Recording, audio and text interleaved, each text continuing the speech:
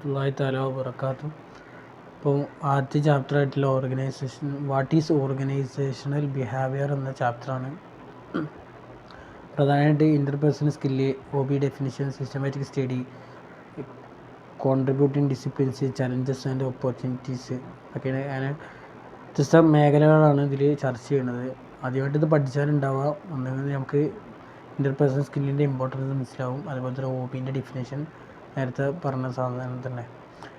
ആദ്യത്തേത് importance of interpersonal skill. അതായത് attractive return talent, നമുക്ക് ഒരു ഔട്ട്സ്റ്റാൻഡിങ് ആയിട്ടുള്ള ഒരു പെർഫോമൻസ് കാണിച്ചേക്കാൻ പറ്റും എംപ്ലോയീസിന്. ഒരു ഹൈ ജോബ് സാറ്റിസ്ഫാക്ഷൻ, നല്ല സ്ട്രോങ് ആയിട്ടുള്ള സോഷ്യൽ ആൻഡ് എക്കണോമിക്കൽ ബാക്ക്ഗ്രൗണ്ട് നമ്മുടെ ജോലിയിൽ ഉണ്ടാവും. പിന്നെ അതുപോലെ idea empowerment, superior financial performance, പ്രധാനമായിട്ട് അതാണ് ഇമ്പോർട്ടൻറ്റ്. അത് ഓർഗനൈസേഷൻ ബിഹേവിയറിൻ്റെ ഡെഫിനേഷൻ പറയുകയാണെങ്കിൽ ഒരു ഇൻവെസ്റ്റിഗേഷനാണ്.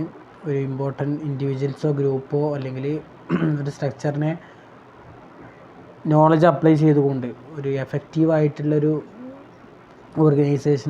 ആക്കാൻ വേണ്ടിയിട്ട് നമുക്ക് എന്തൊക്കെ ചെയ്യാൻ പറ്റുള്ള രീതിയിലുള്ള ഒരു ഇൻവെസ്റ്റിഗേഷൻ സ്റ്റഡിയാണ് OB എന്ന് പറയുന്നത്, ഓർഗനൈസേഷൻ ബിഹേവിയർ എന്ന് പറയുന്നത്. ഒന്നെങ്കിൽ ഇൻഡിവിജ്വൽ ആയിക്കാരം അല്ലെങ്കിൽ ഗ്രൂപ്പ് ആയിക്കാരം സ്ട്രക്ചർ. ഇൻഡിവിജ്വൽ ആകുമ്പോൾ personality, values, perspectives, emotions, motivation. മറ്റേതാകുമ്പോൾ group structure, team dynamics, leadership, communication.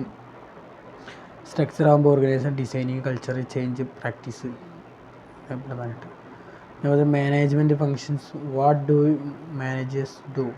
ഒന്നാമത്തെ പ്ലാനിങ് ആണ്.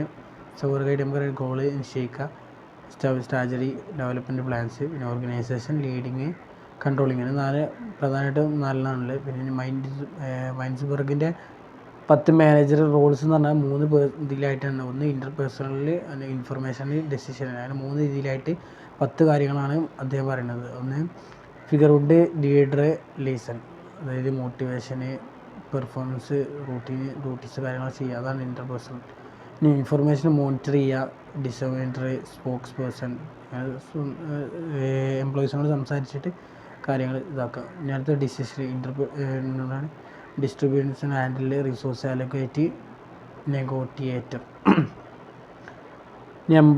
Employability skills from studying OB. ഒന്ന് critical thinking, communication, collaboration, knowledge application, social responsibility. ഇത് പ്രധാനമായിട്ടും ഇതിൽ പറയുന്നത്. പിന്നെ നമുക്ക് സിമ്പിളായിട്ടുള്ള സാധനം തന്നെയാണ് ഇതിൽ വരുന്നത്. ഈ 3 എസെൻഷ്യൽ മാനേജ്മെൻറ്റ് സ്കില്ല് എന്ന് പറഞ്ഞാൽ ഒന്ന് technical skill, human skill, conception skill. ഒന്ന് നോളജിനെ അല്ലെങ്കിൽ എക്സ്പേർട്ടിനെ സ്പെഷ്യലൈസ് ചെയ്യാൻ വേണ്ടിയിട്ടാണ് ടെക്നിക്കൽ ഉപയോഗിക്കുക. ഹ്യൂമൻ സ്കില്ലാകുമ്പോൾ അണ്ടർസ്റ്റാൻഡിങ്, മോട്ടിവേറ്റിംഗ് അതേഴ്സ്. പിന്നെ കൺസെപ്ഷനാകുമ്പോൾ മെൻ്റൽ എബിലിറ്റി. അപ്പം അറിയണം. ഇത് complementing intuition with systematic study കൊണ്ട് നമുക്ക് എന്തൊക്കെ കിട്ടുമെന്ന് പറഞ്ഞാൽ ഇൻറ്റ്യൂഷൻ, ഒരു good feeling about human behaviour. അതുപോലെ സിസ്റ്റമാറ്റിക് സ്റ്റഡി റിലേഷൻഷിപ്പ് അല്ലെങ്കിൽ ആട്രിബ്യൂട്ട്, കോസസ്, സയൻസ്, എവിഡൻസ് ഇതൊക്കെ നോക്കിയിട്ടില്ല സിസ്റ്റമാറ്റിക് സ്റ്റഡി.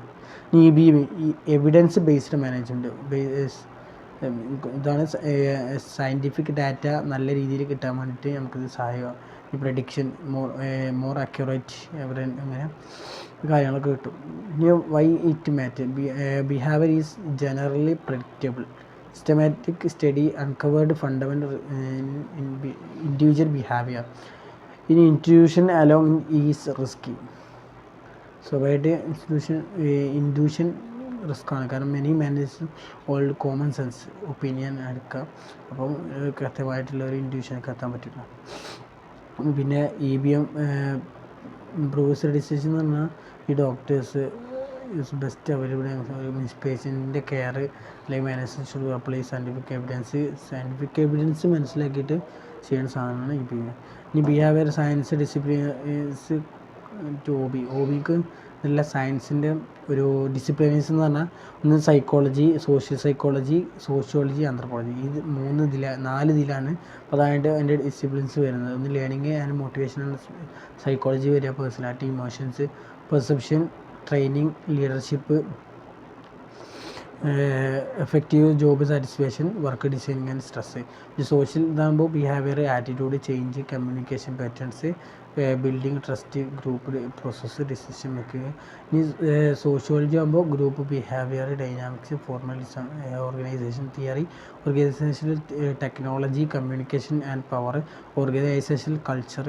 ഇനി ആന്ത്രപ്പോളജി ആകുമ്പോൾ comparative values and attitudes, cross cultural analysis, organisational environment, national. അങ്ങനെ പ്രധാനമായിട്ടുള്ളത്. പിന്നെ ഇനി challenges and opportunities for managers. ഒന്ന് എക്കണോമിക് പ്രഷർ, ഇതിൽ ഒരു ചലഞ്ചായിട്ടുള്ള സാധനം. എഫക്റ്റീവ് സ്വാഭാവികമായിട്ട് ഒരു ഡൗണ് ഇതൊക്കെ വരും, അപ്പം ആ ഒരു ഇതിൽ ചെയ്യാം. പിന്നെ കണ്ടിന്യൂ ഗ്ലോബലൈസേഷന് സ്വാഭാവികമായിട്ട് നമ്മുടെ ഇതിൽ ആവശ്യമായിട്ട് ന്യൂ സ്കില്ലുകൾ അല്ലെങ്കിൽ സെൻസിറ്റി അല്ലെങ്കിൽ ഇപ്പം AI അങ്ങനെ ഓരോ സാധനങ്ങൾ കാലത്തിനനുസരിച്ച് മാറണ്ട്. ഈ work base demographic page, work ബേസിൽ ഏജ്, വുമൻസ് ആകുമ്പോൾ എത്ര കുട്ടികളെ, അങ്ങനെയൊക്കെ ഓരോ കാര്യങ്ങൾ ചെയ്യാൻ അത് സ്വാഭാവികമായിട്ട് ഹോബി സഹായിക്കും.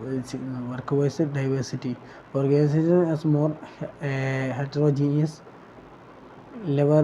leveraging difference with both challenges and community advantage. ഇനി സോഷ്യൽ മീഡിയ ഒരു ഓപ്പർച്യൂണിറ്റീസ് ആണ്. Employee use social media rights, സ്വാഭാവികമായിട്ട് ഇതിൽ വളർച്ച ഉണ്ടാവും.